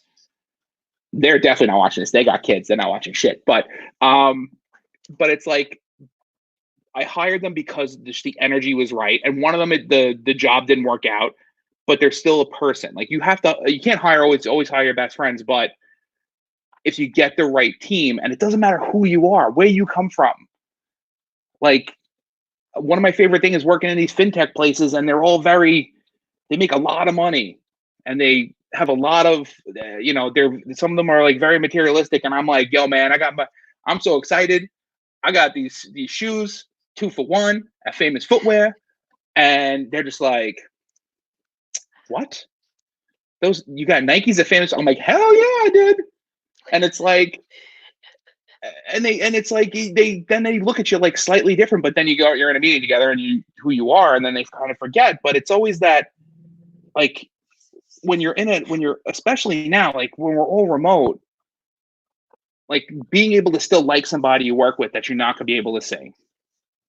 And for starters, my favorite thing about all this is seeing people's houses. We all know that. Seeing how people live, seeing the person who won't get up from bed and will like turn on the camera like once or twice during a meeting, or me notoriously, like, I'm out of coffee, so I'll just like turn off the video and then walk away, and they call my name, I come rushing back here. But it's just like, you hire for potential, you hire for quality of work. Like, don't worry, like, people worry about shit that they don't have to worry about. Like, it's unbelievable. Rant over. Fuck people who don't know how to hire. You've been doing video hiring since before it was cool. Yeah. Yeah, you when you hired me, you were out at a job site doing the whole director of UX thing. So we had to do a video interview because you couldn't let me come to you. Yeah. So here's my thing about remote interviewing. And I actually had this conversation this morning with a recruiter from an agency because he was asking my opinion on it. I see you. We talk. This is who we are. I'm going to get what I get out of an interview on video, because the same thing. Being in person, I don't need to be in person, because what I need to do is I need to hear what you have to say. Like, granted, tech issues, I've taken interviews in my car. I have taken interviews I was at a usability testing in a courtyard with shitty Wi-Fi. I've taken an interview standing in the middle of Adobe Max, surrounded by 1,000 people over the phone, because I just needed to hire somebody, and that's the only time they had available. My thing with remote testing is also,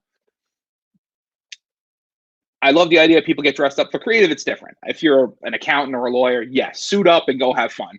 But for us, like, our time is precious. Like, I don't want you to have to be at a job and say, hey, I'm going to go run to the doctor, and be gone for 2.5 hours because you had to come from uptown to downtown, then wait, then we interview, which, as you can know, this was supposed to be an hour, almost at an hour and 45, because I fucking talk. But and then have to go back to work. And if you're dressed up, which you're normally not dressed up, brings up suspicion. I don't want you to get in trouble when you're interviewing. Go find a room, go find a coffee shop, go hide in a fucking bathroom stall. I don't give a shit. Just get in and talk to me and tell me what you love. Tell me what you do. Walk me through your portfolio. Walk me through a case study. Like, be who you are. And I think also not being in person sometimes cuts back on that tension. Like I've been on tons of interviews where I'm sitting in like a waiting room of a company, and I'm just like and you start getting in your head. Like, even 20 years later, I still get in my head, and I'd be like, all right, don't say anything fucking stupid. Don't fucking curse too much. Don't pick your nose. Like, don't, like, and then you think about all, when you're talking, it doesn't take long for me to be comfortable, but while you're talking, you're worrying about all these little things. It's like, a fight or flight response. I mean, like, yeah, you can't help it. You get into that fight, flight, or freeze response. And so, like, I still get it when I go into meetings sometimes, and I'm not like super familiar with the material, or I start talking about something I don't know enough about, or it's somebody that I'm scared that I'm not going to like meet their expectations, or I'm like I met one of my design heroes and I like talked to them, and I would start getting fight or flight before I message them. Like, I haven't even spoken face to face with them, and I'm just like, I can't type on my computer. But yeah, so it's like, it's physiological, and it's just like passing out when you see blood. Like, you can't help it. You can't change it. You can try to train yourself out of it. You can do little tricks to kind of like ease it, but you can't stop it from happening. you can try to ease the Oh symptoms, yeah. but you can't stop it from happening. Like you're gonna get that fight response and you're just like, and that's why I hate 4-hour interviews, because then you stay in this like, or like, I mean, aroused isn't like energetic, but you stay in this like aroused fight or flight mode for like 4 hours. And then at the end of it, I just like usually just, I'm just out. I'm collapsed. Yeah. I'm done. I'm spent. Done. So I once had a 4 hour interview that it was, they kept swapping people in and out, Yes. and they all asked the same question. So you're saying basically the same scripted thing over and over again, which it's not even scripted. It's the same thing. And at one point, I was like, by like the third person or fourth person in my head, I was like, fuck it. I'm like, I'm just gonna say just totally different shit. I'm gonna come at a different angle. I'm just gonna, because I can't keep saying the same thing over and over again. And I did. And the woman was so like put off by what I said. And by the way, mine is fight, flight, fucking curse too much. So it's like, but I wasn't saying anything different than what I was saying before. It was just how I approached it. And it was funny because when I got the feedback, big surprise. The feedback, I actually got feedback from an interview. Surprising as hell. It was, loved you. You're like a best friend that just showed up and just could work here right away. Loved you, loved the content, yada, yada, yada. And then it was, thought you were too much. Yeah, I know I am too much, but that's what you're going to get. Like any fintech company that I've rolled into, like, and it was funny. One of them heard about how loud I was from the previous. So when I showed up, and I just so happened to make friends with the people at the front desk, and then I got to the floor, I was just like, "Hey, what's going on?" I heard somebody go, "Oh, Joe's here." Like, oh shit, I am a thing. But that's who I am. It's like, that's the energy, and that's the energy when you hire people. Like, you want them to bring, like, any new member of the team is always going to bring a refreshed energy. And even if you don't have to be loud and fucking crazy like me, you could be analytical and smart and like a different perspective from somebody who's been staring at the same thing for so long. Like, that's the fresh eyes comment. Like, oh, you know what? Bring some other fresh eyes on this. Let them look at it. I wish I You had got some fresh eyes. I wish I did. Oh yeah, well yeah, you need like legit fresh eyes. But like, to be fair, Soren, we're getting to the point that there are little ways that you're just gonna get robotic eyes popped into your skull, and we'll be set to go. And then that's even worse, because you'll just be like billion miles away, be like, oh, we should just go to that falafel cart over there. I'll be a cyborg. 3 blocks down on the right. There's no line. Just go over there. Well, I'll be such an asset to the team. I know. But then it'll just be, the lens will work too far out, and then when you close up to a screen, you'll be like, well, I can't see anything now. You have to get your glasses. I'm already excited. Like, tell me about it. So, but it's like, and I know it's nothing I say is fucking crazy. It's all common sense, and I feel like we forget about common sense a lot. Like, especially when it comes to working environments, and when it comes to people and how we treat everybody, and how, like, especially like when hiring, like, just hire people that are good. Like, I freelanced for a company that had to have interviewed 30 designers for like 3 roles. And of course, because I can't help myself, I was like, give me a week. I'll get all 3 done. I'll probably get all 3 done the first hour, but I'll give you options. Because it's just, and to my credit, most recently, the recruiter I had, who is amazing, and again, going back and forth to that relationship, me and her talked about the type of person I'm looking for, talked about the role, talked about what they're going to do, and that communication. It's always communication. Any relationships, all communication. And we got on this page where I would just get these amazing people, and me and her looked like the golden gods, because we're just like, oh, you need somebody? We got it. Don't worry. We know what we're looking for. She found me you. But that's the thing, is it's like, I think, and what it all goes back to is we are people. We have experiences. We have, you know, good, bad, and indifferent. When we, from our work standpoint, we have to make sure the people on the other end are taken care of. We have to take care of ourselves. We can go into a whole fucking self-love, mentality, like, angle on this one, but also, like, we all want to succeed together. You shouldn't hire people that you want to fail. You shouldn't work with people you want to fail, even if you don't get along with your fucking coworkers, because there have been plenty that don't like me. I don't like them too much. But we had one goal. Because if we fail, none of us have jobs. Like, that ain't gonna help nobody. Yeah, and I feel like there's this nugget of truth in like there's a headline that said, I don't know how I should impress upon you or tell you this, but you should care about other people. And people find it very convenient to be like, oh, well, I should care about the good people that are like in here, but like you have to care about all people, even people you don't like, even people you don't agree with. Like they're still humans. And so like there's people that I haven't agreed with, but like I'm not rooting for their failure or their destruction, or like there's even people that like I feel like they wronged me, or like in my personal life or my professional life, and I'm not like out there coming for them or something. I'm just like, you know what? We've got our different things. We're gonna go our different ways, but like we shouldn't set people up for failure, is I guess what I'm getting at. And I feel like some people see it as this adversarial kind of thing where they're like, I don't know, they kind of use their job as a way to prop themselves up and take up as much space as they can. And they don't see that, like, especially when you're in leadership, your job is to, like help you enable other people. And like the whole job of a UX person is to enable other people.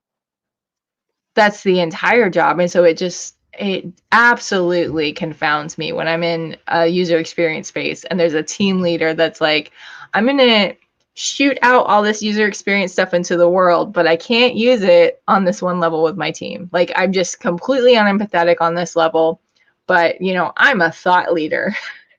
Oh, I'm a thought leader. Thought leadership. Like, thought leadership is important, but it's like, I think it's the people who use thought leadership, but it's not thoughtful.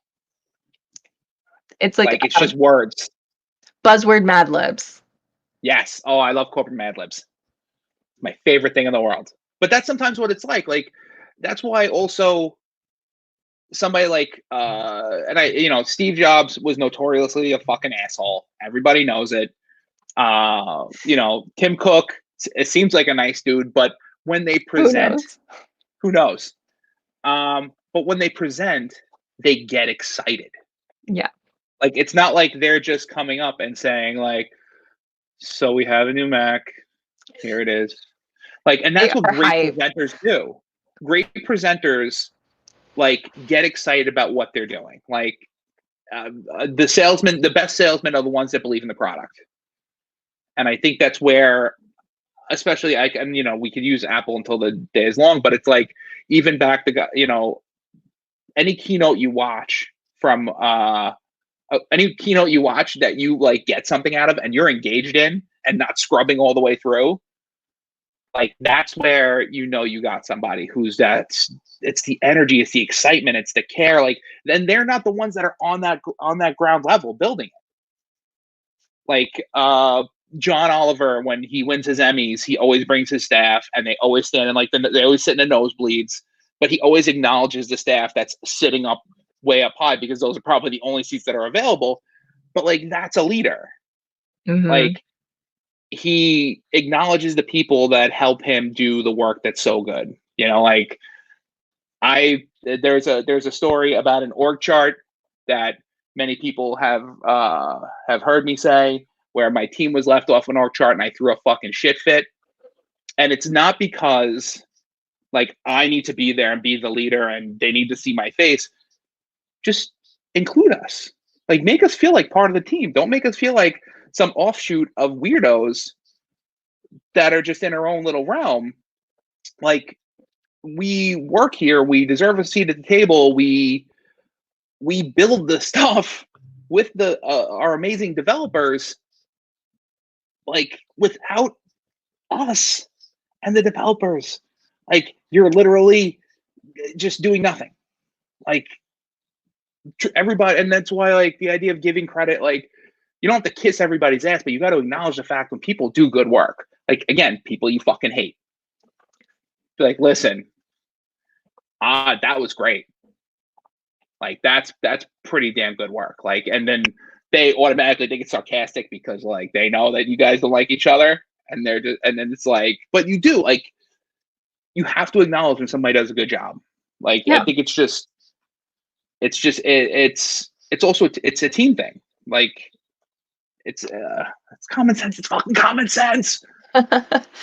So I know we could go on talking about this forever and ever and ever.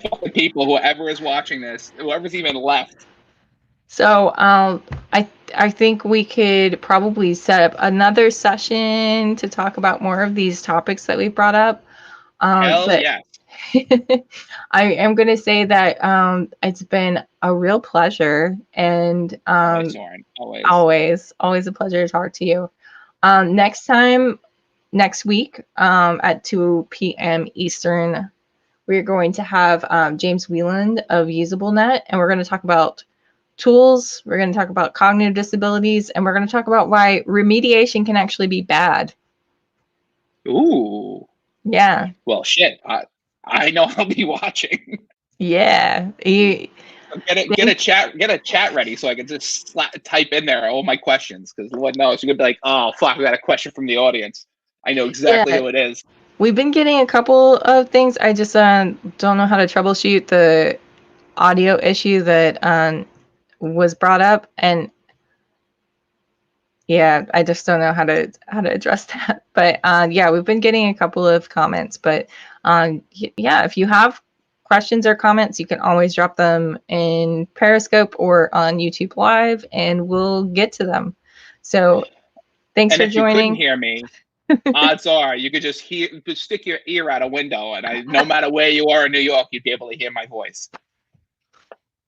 All right. Well, that's thank you, guys. Thank you. We'll see you next time on Feature Disabled. Woo! First one down.